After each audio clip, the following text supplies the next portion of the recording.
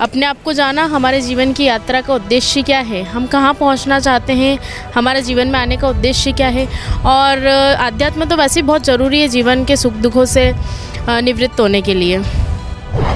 स्वामी अव्यानंद गिरी जी के सानिध्य में मैंने तत्वबोध का अध्ययन किया था। जी, मैं इस संस्था से जुड़ी और मैंने कैंप में तत्वबोध के विषय में पढ़ा था।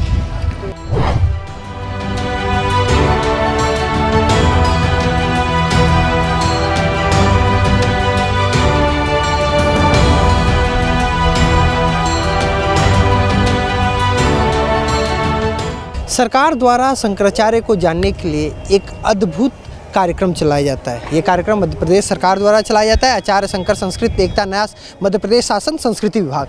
अब आप देखिए यहाँ पे कार्यक्रम का उन्होंने पूरा विवरण दे रखा है कि क्या कार्यक्रम है।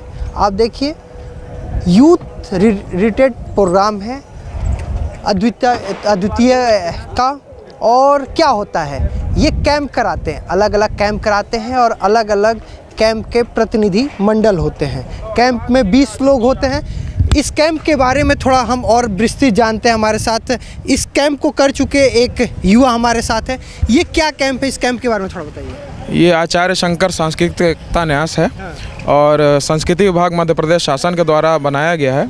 ओमकारेश्वर में 108 फीट की आचार्य शंकर की मूर्ति का अनावरण हुआ। 10 आचार्य और ये 20 जो लोग की यूनिट जाती है उसके बारे में जी बताइए। ये कैंप में हम लोग जो है साल में, पिछले साल तक 10 कैंप थे और इस साल से 20 कैंप ऐड हो गए हैं, तो टोटल 20 कैंप हम लोग के जाते हैं। सरकार और शासन द्वारा पोषित, पूरी तरह से सारा खर्चा सरकार उठाती है और देश प्रदेश हर जगह के बच्चे चयनित होते हैं। 20 लोग चयनित होते हैं? नहीं, एक कैंप में 50 लोग चयनित होते हैं। एक कैंप में 50 जी, और साल में 20 कैंप होते हैं। अच्छा। और देश प्रदेश का चयन कैसे होता है? इंटरव्यू के द्वारा सब लोग का चयन होता है। एक 30 मिनट का 45 मिनट का इंटरव्यू होता है। उसके बाद चयन प्रक्रिया में उनको शामिल किया जाता है, उसके बाद चयन होता है। देखिए, कैंप के बारे में बताया। 17 से 26 जनवरी एक कैंप था, 1 फरवरी से 10 फरवरी, फिर 8 फरवरी से 17 फरवरी, 17 फरवरी से 24 फरवरी। और हर एक कैंप कहाँ लगेगा, उसमें कौन टीम लीडर होगा, इसके बारे में बताया हुआ है। आप देखिए, उसी तरह 1 फरवरी से 10 फरवरी है। 4 अप्रैल से 13 अप्रैल अगर आप जाना चाहते हैं तो तपन कुटी उत्तरकाशी ऋषिकेश जाएंगे। तो ऐसा, तो आपने कब कैंप किया था? जी, मैं 2024 में 1 से 10 अगस्त के ऋषिकेश कैंप में गया था, स्वामी परमात्मानंद जी के सब कृपा सानिध्य में। और तो इसमें क्या बस हिंदू ही जाते हैं? नहीं, इसमें मुस्लिम भी पिछले विगत वर्ष पुणे में जो कैंप हुआ था चिन्मय विभूति में, उसमें 2 मुस्लिम युवक भी गए थे। बस मध्य प्रदेश के लोग होते हैं कि बाकी आप कहाँ से हैं? मैं यूपी का ही हूँ, प्रयागराज का ही रहने वाला हूँ। तो मध्य प्रदेश शासन ने मुझे भी अवसर दिया था।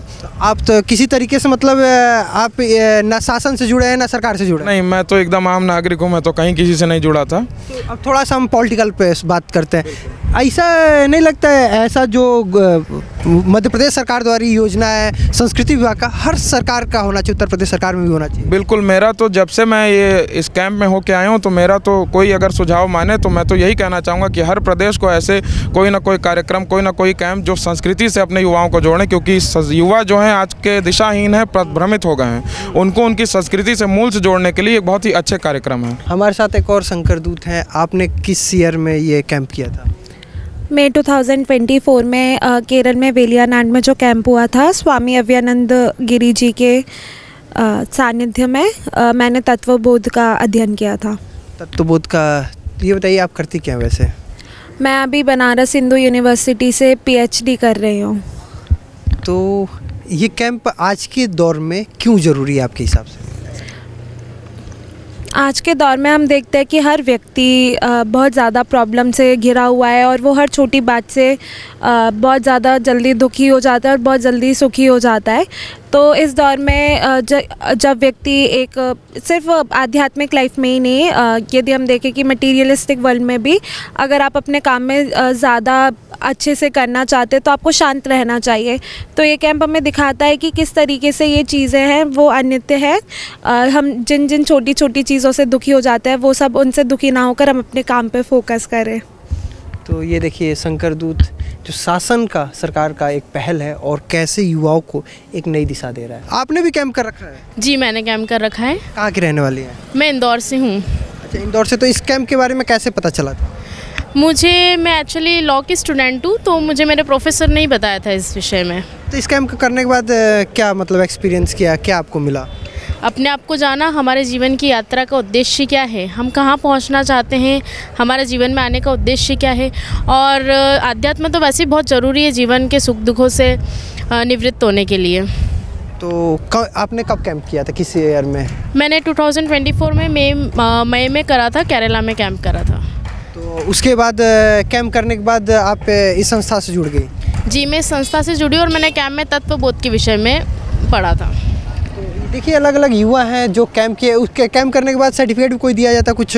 हाँ, दीक्षांत, मेरा नाम नंदिनी शर्मा है और दीक्षांत समारोह होता है जो कि अभी 2025 में होने वाला है मार्च में। तो शंकर दूत आप लोगों को कहा जाता है उसके बाद? जी, उसके बाद हम शंकर दूत बन जाते हैं। और यहाँ पे आप वॉलंटरी आई हैं कि कुछ मानधन लेके आई हैं? हाँ, वॉलंटरी, यहाँ सेवा देने के लिए आए हैं और साथ में कुंभ का आनंद लेने के लिए। देखिए ऐसे एक एक जो आज का युवा है, जैसा हमें बता रहे थे कि भटका हुआ युवाओं के लिए ये कैंप बहुत ज़रूरी है। कैमरा पर्सन हरीश के साथ में ब्रजेश तिवारी, कुंभ, प्रयागराज।